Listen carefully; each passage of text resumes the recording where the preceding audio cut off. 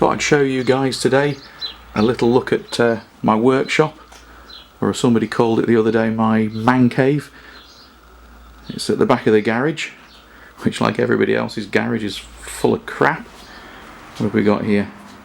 Some tins of spray paint. Our local hardware shop's shutting down, so these are reduced from about £9 down to about £3, so I filled my boots. Okay, through into the workshop. The previous owner of this house, I'm pretty sure, was a postman, because all of the tool holder things are old letter sorting bins. There's some over there with the spray paints on top. More spray paints left over from other jobs, but most of them have got something in them. And some more bins over here.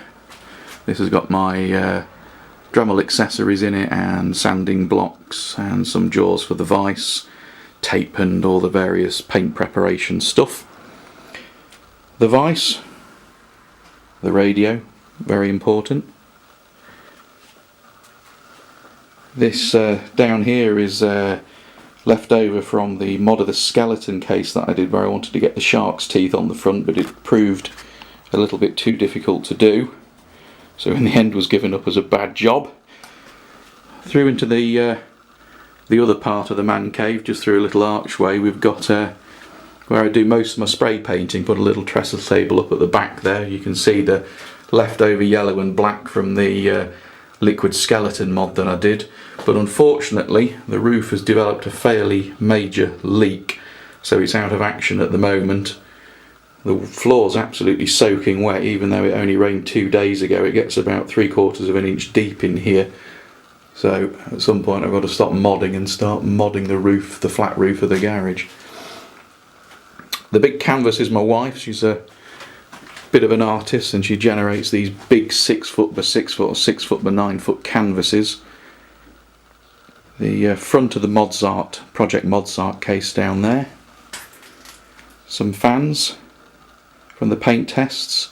A little pillar drill that my old man gave me because he wasn't using it anymore. I think you can get these for about £50 now. Those of you who are following the Project Modzart will know these are the doors that I've cut the centres out of. The centres of the doors, I think, yep, are down behind me there. Quite tough aluminium. I think it's actually an aluminium alloy, because the dust that comes off of it is actually magnetic, gets picked up by the magnetic screwdriver. And this is the Modzart case as it stands at present. What have I done today? I've been cutting out lots of this stuff, which is pretty hard going. 3 of them from the front, which I've yet to file and sand. Another one at the front at the top. And the 4 in the back, which are now all sanded and what have you, with all the nasty edges taken off. I'm going to have 2 times 120.2 rads up there. Just some fans in the front, which will be taking air over the motherboard area. And of course out the back. This one's immediately in front of the hard drive assembly, so that'll be taking some air over the hard drives. And I've yet to cut that little chap out there out. So the trusty Dremel, which has seen some action, and I've recently today just bought the speed click assembly, I think it's called, which is an absolute godsend. You can't really see it there, the camera's not pulling focus on it, but if anybody who's ever used the Dremel and spent ages with a screwdriver and the tiny little screw on the top, unscrewing it every time their disc wears out or their disc breaks, will know how annoying it is. Those doors there took me 20 of the non-speed click discs. 17 of them broke, and only actually 3 of them actually wore out. And to do all of this, all of the back, has taken me 3 of the speed clicks, and none of them broke, and it was much more fun, much easier, much less of a pain in the bum. So I use the little flexible hand piece, which makes working and fine working an awful lot easier with the Dremel. You've got to watch you don't kink the flex too much, because it all gets a bit hot and bothered. There's newer model Dremels out than this at the moment. This is the one with the digital readout, but the 2 buttons that go faster and slower.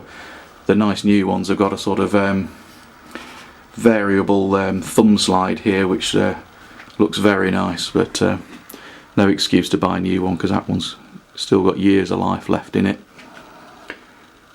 A respirator because of all the aluminium dust and paint dust, set of goggles, and a set of ear defenders at the top.